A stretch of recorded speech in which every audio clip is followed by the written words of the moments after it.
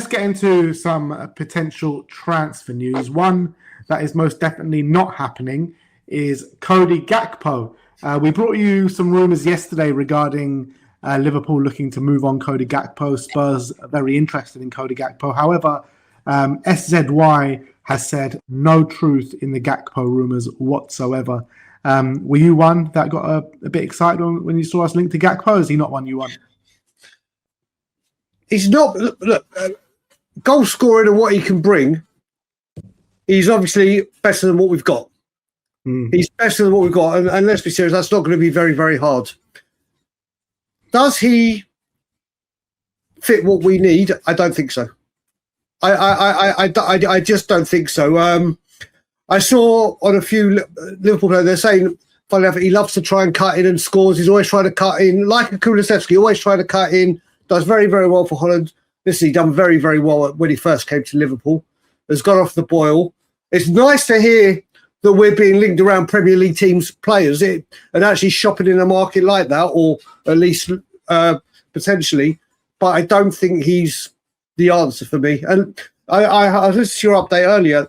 Simeon was saying potentially as a striker, or you may have said it, but you had a discussion. Maybe, but we don't need maybes, do we? We need quality. It hasn't worked for him at Liverpool, and I think he will want European football.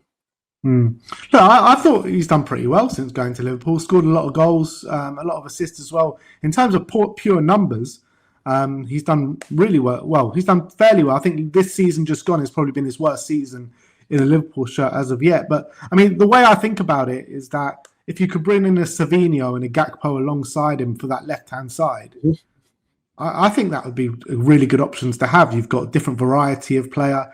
With Gakpo, you've got the guy who's been tested in the Premier League that's shown that he can get double figures goals on multiple occasions. And Savinho, you've got the kind of up-and-coming player with a high ceiling that you'd look to overtake Gakpo maybe even at some point this season. So I was actually quite positive about the Gakpo rumours, but however, it's not happening, so it's probably no point talking any further on the matter. So let's just move swiftly on. And Marcus Senesi, everyone's saying, where's Senesi? Where's Senesi?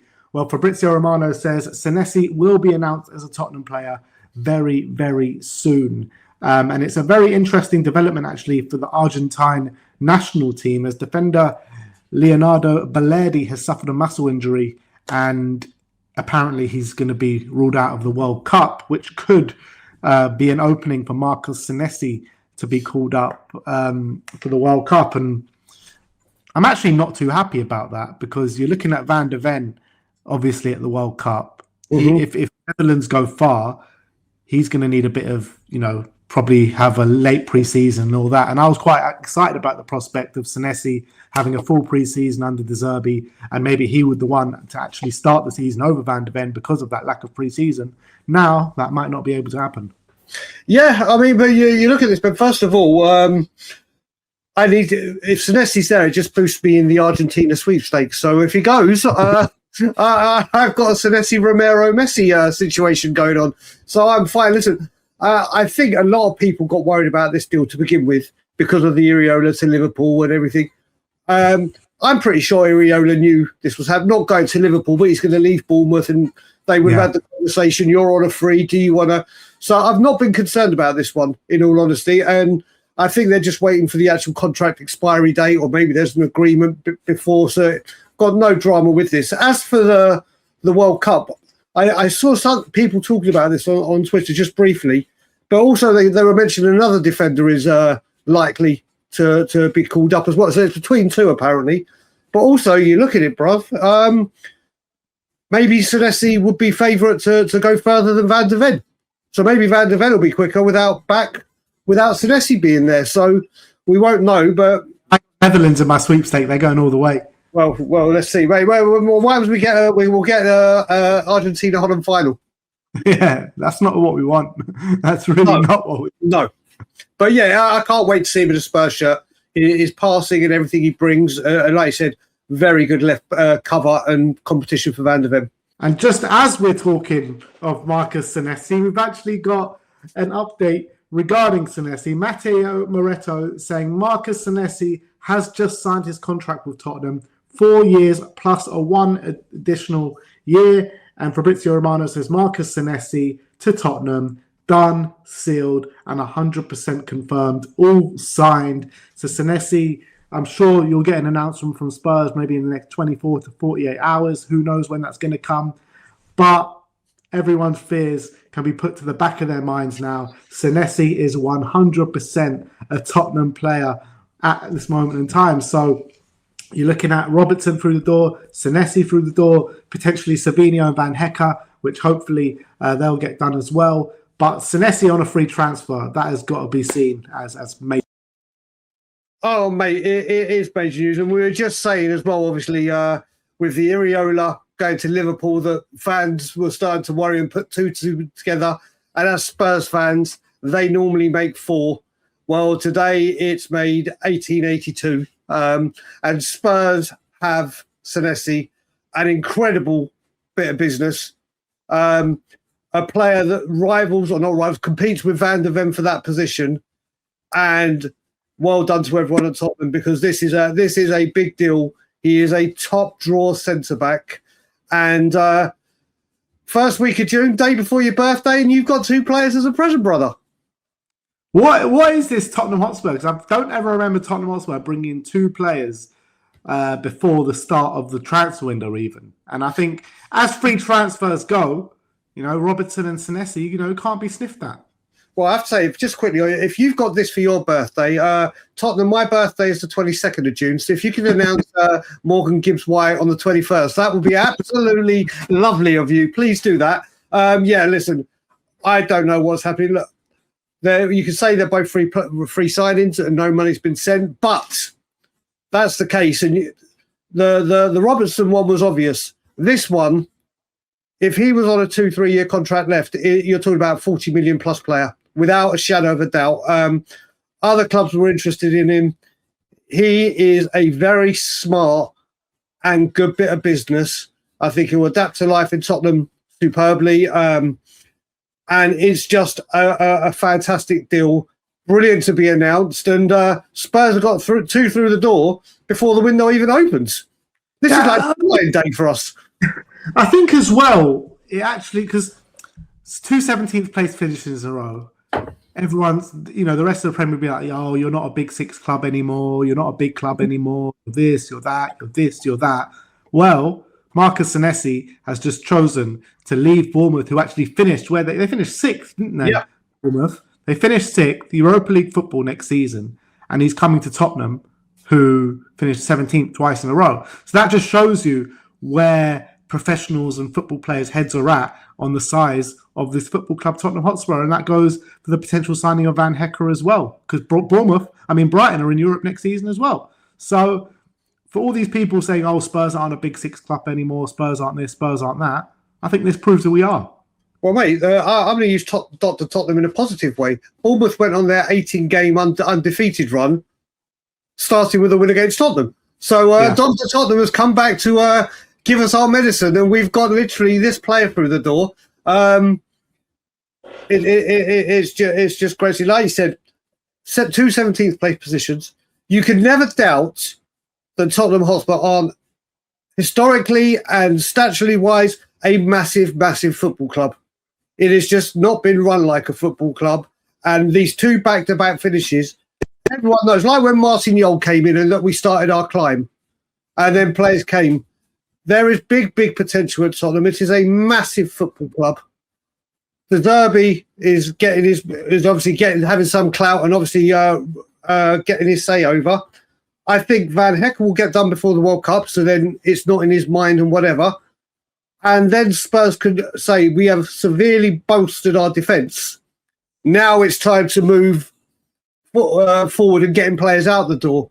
But this is fantastic news. Fantastic news. And we now have a new Argentine centre-back to maybe replace another one. Yeah, exactly. So, look, very positive news on Marcus Senesi. Let's see what happens with his World Cup call-up as well. But let's get on to another player that we're going to speak about in terms of a potential defensive signing in Paul van Hecke. SZY says Spurs will bid again for Van Hecke. The first bid was 40 million. and they are also very close to agreeing personal terms. And look, whatever you want to say about the Vuskovic situation, everything like that, if we can get this one over the line, it's got to be seen as a major coup, because you've got teams like Chelsea and Liverpool. Liverpool, obviously, the Champions League next season, both massive clubs, and Spurs finishing 17th twice in a row and be able to get a player like him over the line, I think is just a statement, really. Yeah, it is. I remember, like I said, the good thing about me working this graveyard shift is I came out 8 minutes after this news dropped. I was like, bloody hell, what the Van Hecke is going on? And literally, I think this is a great bit of business. I really do. And this goes to show, and I said it with Sim as well, I think if it wasn't De Zerbi in charge, we're not getting this deal done. I think it will be a Liverpool or Chelsea or whatever. But obviously certain managers have very, very strong affiliations and connections and want to be reunited with former managers. And I think that is everything to do with this deal. And I think it will get done. And I look forward to seeing him in the Spurs shirt. And I said to Simeon, see if you can think, Ben, let's just say the window's closed, these deals go through, and our centre-back four, just centre-backs, are Senesi, Van der Ven, Van Hecke and Danso. Can you remember a time in Premier League history where we've had such a strong competition for back four where no matter what defender plays in those two positions, you're fine with? No, I can't remember that at all. It's always been a major drop-off for backup defenders. Danso was a massive step in the right direction when we got him in. But it does look. I am majorly in favour of this signing. I love Van Hecke as a player, and I love the idea of having two Dutch players as the starting. To form that bond from the national team, like we had with Jan Vertonghen and Toby Alderweireld. But it does make me worry a bit about Luka Vuskovic, because I'm in love with this Luka Vuskovic and the idea of having him in the team next season. So where do you think Luka stands if we do sign Van Hecke?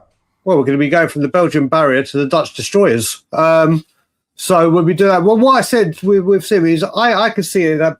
I hate that I said this sentence, but if Vuskovic signs a new contract, which we all think he will, or rumoured to, I wouldn't mind him going on a Premier League loan and seeing what he can do in this league, so we see it firsthand, or go into Germany, Italy, Spain.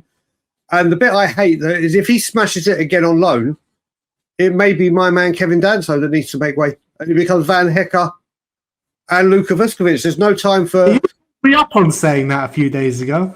No, I pulled you up on saying it now. I said in a season's time. Look, I will say, if you can upgrade a player, it doesn't matter about your affiliation to the player. You do it for the strength of the squad. I love and I adore Kevin Danso, as everyone knows. But if Vuskovic turns out to be what we're believing and hearing from all quarters and media and Croatia and wherever he goes, we are going to have an elite defender. And big clubs make that decision and go, right, he's the guy and we need to make room. And I can't see him saying, right, Van Hecke, thanks for 1 year, off you go. So I would love to see that. But if Vuskovic signs a contract, go on loan. But again, he could have an outstanding World Cup. And then Spurs could go, do you know what?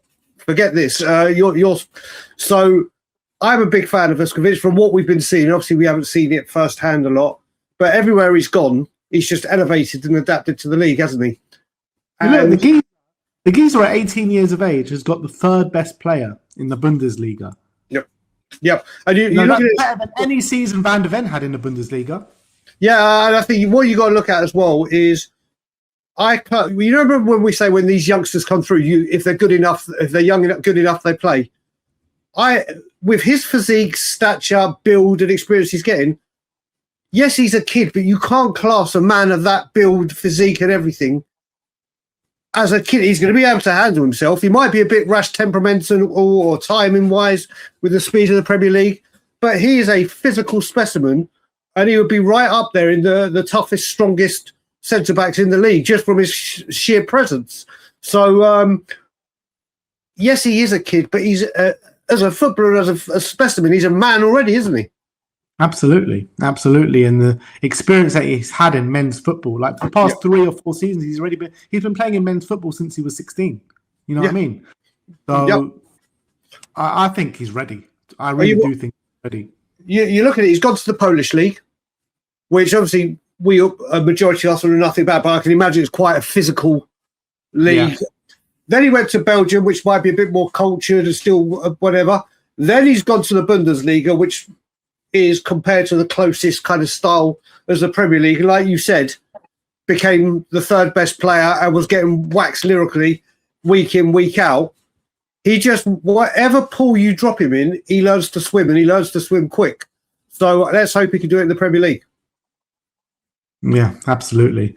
Let's talk about Savinho now. Fabrizio's talking further on the Savinho deal, saying Tottenham and Man City are locked in negotiations in a bid to reach an agreement over the protracted transfer of Savinho. Savinho was attracted to Tottenham 1 year ago, and Savinho is attracted by Tottenham today. Now it's on Man City and Tottenham negotiating, discussing, talking about the transfer fee. So let's be patient. Let's see what happens. But Tottenham are on it. And John Cross has said that Savinho is now willing to push City to get his move to Tottenham over the line. Where are you at with Savinho? Look, I've made my feelings known, quite regularly here, saying that I like Savinho. I think he's going to be a very good player in the future, but I don't think he's there just still think he's a pretty raw talent. But if we bring him in, I'd like to see us bring in another one alongside him. Where are you at with it? I'm completely, totally, and utterly with you. The thing that worries me as well is, and it's only a worry, I'm sure, again, it coulda, woulda, shoulda. You got Kudus and Savinho. And when you think about them flying down the wings with their technical ability, their skills, their ability to take a man on, it could be really, really exciting watching them play and dribbling and taking with all the flair. But then when it comes to end product, when it comes to getting that ball in and delivering a fantastic cross or getting the assist, that's where, Kudus was showing bits and pieces before his injury. Obviously, he was our best, highest assister. Savinho has got all the technical ability and skill to get past anyone and give everyone a nightmare. But then it's that final delivery. And then it's kind of, we've got Odegaard and Tell at the moment, who Savinho is better, no doubt about it, but their final decision-making and product is left to be desired. So again, with Savinho, I think this guy's got all the potential in the world. I think the ceiling is so high with this guy. Yeah. But again, it's Spurs saying, right, potential, again, If we're going out like a big club, I'm with you. You go get him and another left winger. I was even saying to Sim, even if it was an older guy like a Perisic, I'm not saying Perisic, but you know what I mean? We had Perisic in an old age. He couldn't defend, could he? But his assists and his crossing was, if we could just find a really good crosser of the football, doesn't even matter if it's like a Palhinha age, if it's just for him to compete with and learn from, then I'm all for it. But I don't want him to be the only left wing. Yeah, absolutely. But look, I think it's positive to bring him in regardless. I think he'll be an exciting signing. And I think he's a real bums-off seat player, which is, he's a proper one-on-one demon, which we love at Tottenham Hotspur. So, look, you're looking at what we're doing here. We're trying to replace Son Heung-min. And Savinho's not there yet. In terms of all the players, he's probably the one that's got the high ceiling that can potentially get there one day. But we need to get to that day, don't we? And it's always at Tottenham, we're always like, all right, one day he's going to be great. One day he's going to be great. When are we going to have the players and bring in the players that are great now? That's my issue. To there is to potential. Is what we should. We should change. But no, you're right. You're right. The bit I really love that you said as well is the bums off seat player. We at Tottenham have always had your Gazzas, your Ginolas, your Bows, your Van der Vaarts, that literally when they get their foot on the ball, you could just, the anticipation in the crowd just goes up. And for years now, we haven't had that. And it would be great to have that, but we need product. We need end product. Yeah, absolutely. Let's talk about some potential outgoings, because there has to be a lot of movement on that front as well. John Cross is claiming that there's a considerable amount of interest now in Matty's Tell. Would you consider his exit this summer? Right. So yes, I would. But again, we need to get to it. Can't be Savinho out, Tell in, because then we're just replacing. We're not strengthening. If he's going out, another left winger has to come in, or a player that can play left for some rotation. So I've said it before. I think Matisse Tell, out of all these youngsters that we've got in the Odebears and whatever, I keep seeing he can take his man on. We've seen it. His decision making at the end, and obviously his rushed temperament when he did the Leeds penalty, is what's destroying him. And I do think out of those players we've got, there is something there in him. But again, like Savinho, I can't wait around now for. I think there's something there. Do it, and if we're gonna strengthen and really go for things, then these people that aren't in the first team plans need to go, regardless. So I would be open, but only if another left winger came in before he left. I think Tell as well has a high ceiling, but like you mentioned, like we keep saying, we've got too many of these players with potential. We need players that can come in and do a job now. So if we do bring in a Savinho and Tell on the left wing is not good enough for me. Mm-hmm. Correct. Nowhere near. Not enough output. So if we could bring in a top left winger or a very good left winger, let's say, I'll be more than open to selling or even loaning Matty's Tell. But I'll do it with a heavy heart because I think he's given his all to this football club since he's come. I think he does have potential and he does have, talent. But for where we're at right this moment in time, I don't know. I just looking at him and Savinho for that left-hand side, I just don't think it's good enough.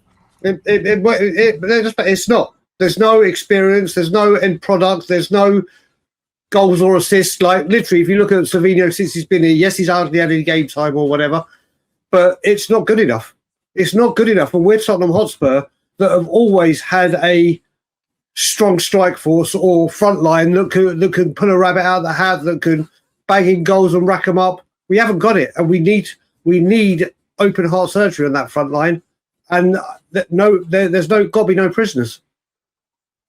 Yeah, if there's need to be some hard decisions, there need to be some hard decisions. That's the reality. Let's talk about Destiny, Udogie. Romeo Agresti, big fan or a big friend of the channel, he's saying that Udogie has been discussed internally by Juventus. However, not everyone at Juventus is convinced of the left back. I think we're coming to a crossroads with Destiny now because, look, 23, still young. However, ever since he's come here, his career has been blighted with injuries. In my opinion, I want to give him another year because I believe in his talent and I think he can be a real top left back if he can put these injury problems behind him. But the reality is, if we can't trust him, there's no point in being here.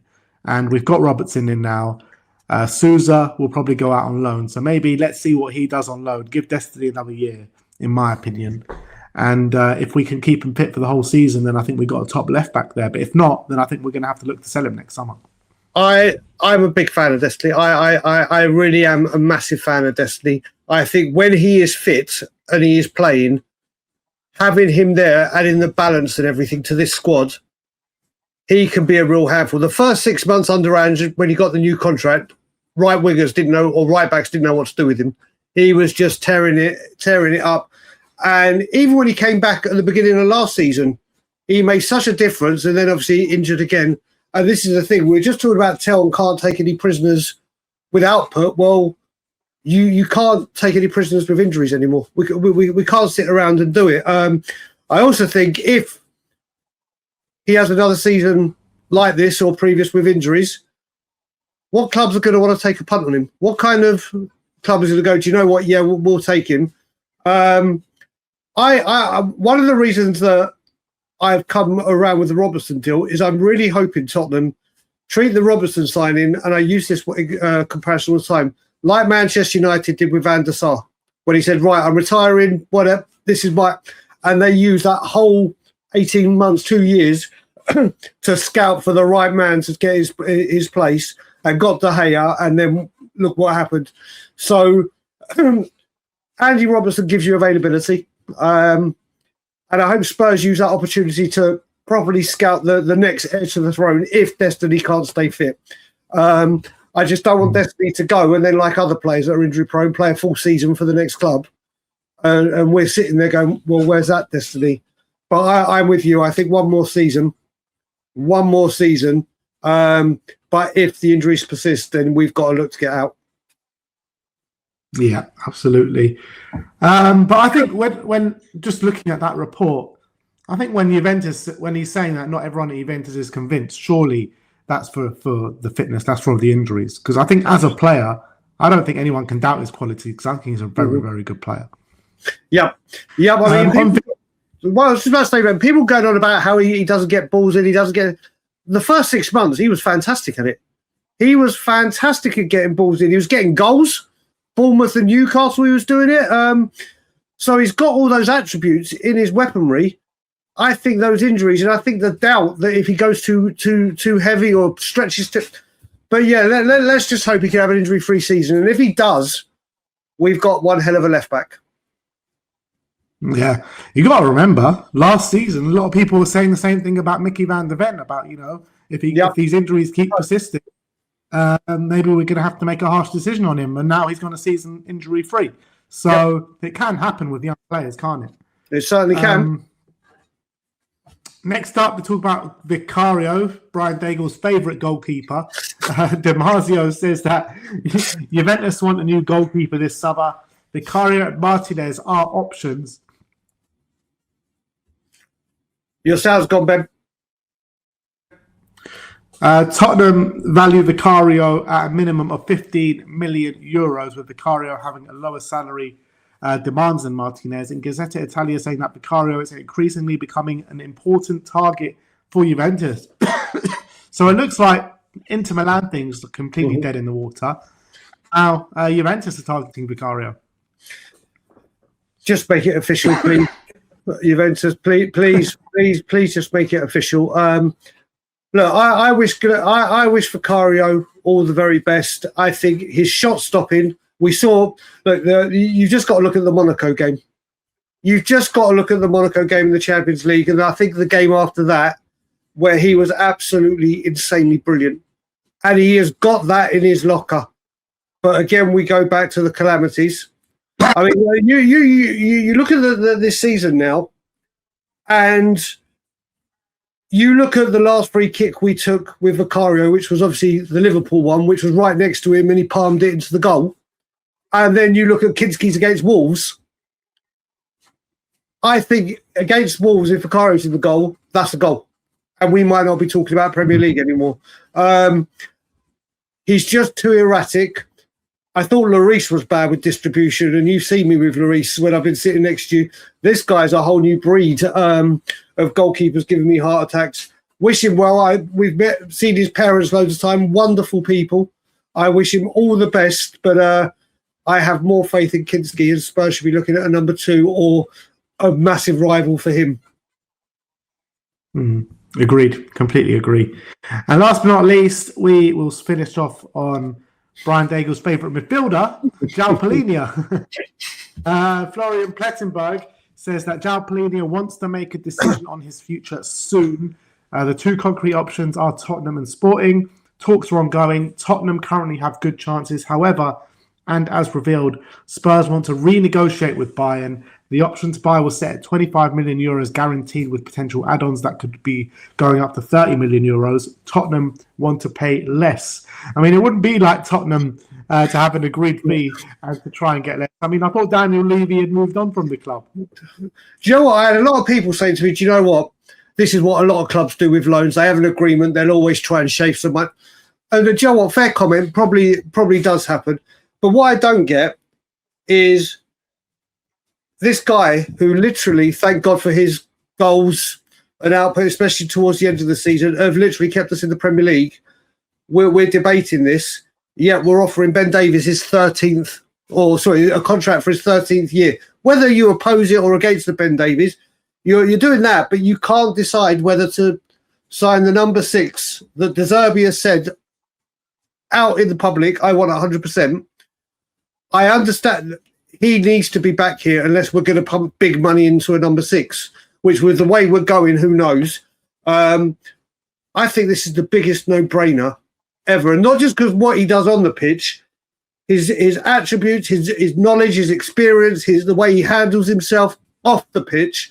What a shining example as a modern professional to look at for how he conducts himself. So I think this, whatever the price is for him, he'll be worth every single penny.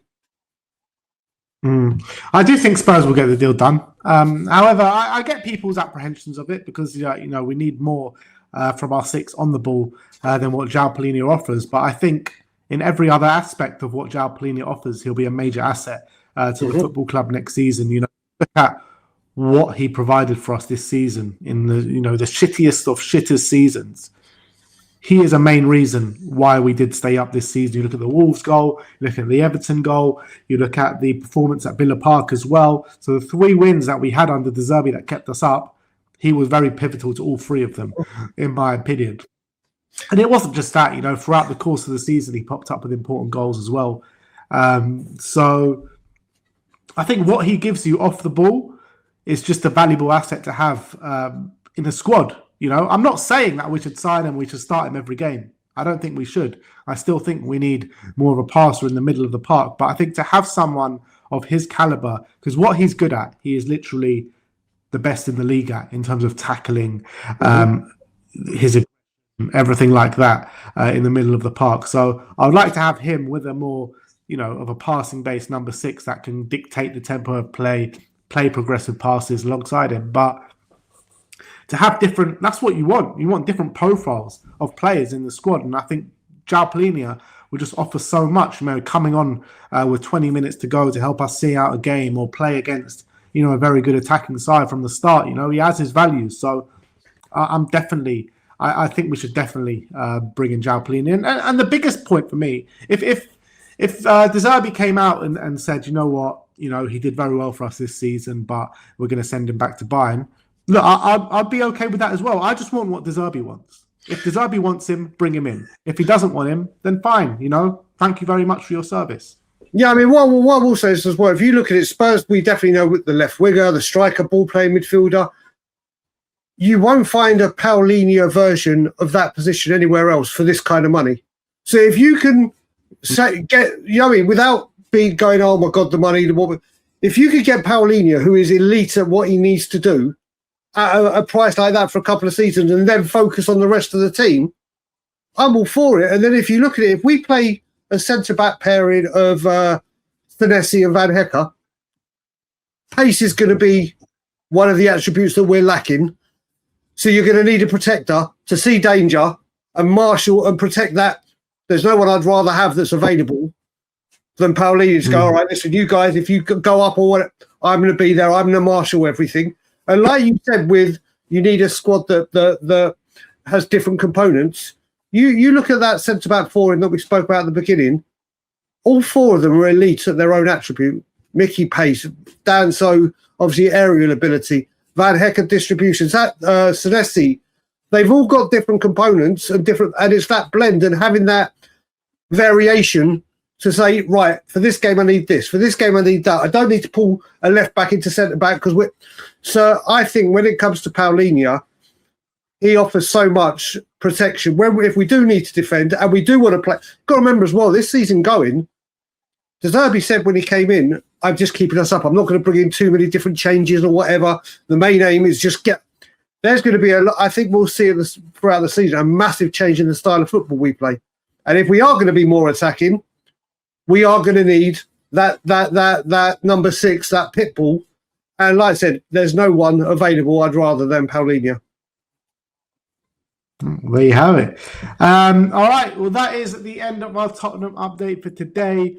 Brian, thank you so much once again for coming on. Always a pleasure. We shall see you all very, very soon. So like, subscribe, and comment. And as always, comment.